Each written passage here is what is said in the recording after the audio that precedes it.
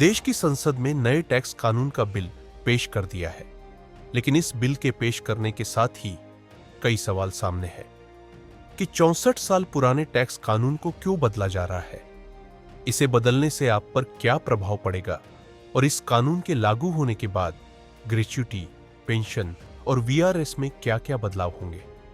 आइए जानते हैं पूरी खबर के साथ सभी सवालों के जवाब। दरअसल इस बिल में वर्तमान इनकम टैक्स कानून की तुलना में 24 अध्याय और 2,52,859 शब्दों को कम कर दिया गया है। 283 सेक्शन हटा दिए गए हैं तो 39 नए टेबल और 46 फॉर्मूला जोड़े गए हैं। विपक्ष सदस्यों के एतराज के बीच ध्वनिमत से बिल पेश करने की मंजूरी दी गई। वित्त मंत्री ने आयकर कानून में संशोधन के लिए यह बहुप्रतीक्षित बिल लोकसभा में पेश कर दिया। हालांकि सरकार ने खुद ही बिल को संसदीय समीक्षा के लिए भेजने की पहल करते हुए स्पीकर ओम बिरला से विधेयक को संसद की प्रवर समिति सेलेक्ट कमेटी में भेजने का आग्रह किया। प्रवर समिति का गठन स्पीकर करेंगे और अगले मानसून सत्र के आखिर तक इसे अपनी रिपोर्ट संसद में पेश करनी होगी। नया आयकर विधेयक 2025 इनकम टैक्स कानून 1961 का स्थान लेगा।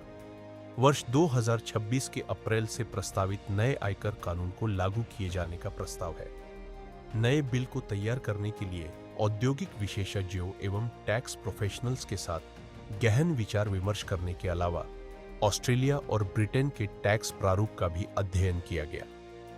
प्रस्तावित इनकम टैक्स कानून में टैक्स दरों में कोई बदलाव नहीं किया गया है। टैक्स की पुरानी व्यवस्था को भी कायम रखा गया है।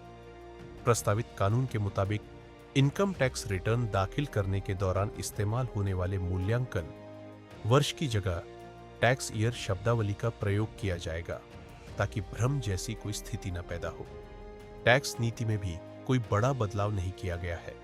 मुख्य रूप से इनकम टैक्स कानून के प्रारूप का सरलीकरण किया गया है। इनकम टैक्स कानून 1961 को 1 अप्रैल 1962 से लागू किया गया था और तब से लेकर अब तक इस कानून में 65 बार संशोधन के जरिए 4000 बदलाव किए जा चुके हैं। इन सभी बदलावों को एक जगह आसान भाषा में प्रस्तावित कानून में प्रस्तुत किया गया है। पिछले कुछ सालों में टैक्स कानून में पारदर्शिता लाने के लिए फेसलेस अपील जैसे जो भी प्राविधान किए गए हैं उन सभी को प्रस्तावित कानून में डाला गया है। इस बार फरवरी में पेश वित्तीय बिल को प्रस्तावित कानून में रखा गया है।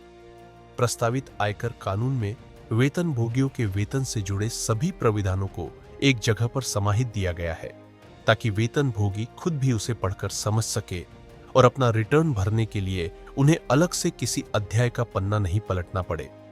ग्रेच्युटी, छुट्टी के बदले नकदी, पेंशन की बिक्री, वीआरएस, क्षतिपूर्ति जैसी तमाम चीजों को वेतन अध्याय का पार्ट बना दिया गया है।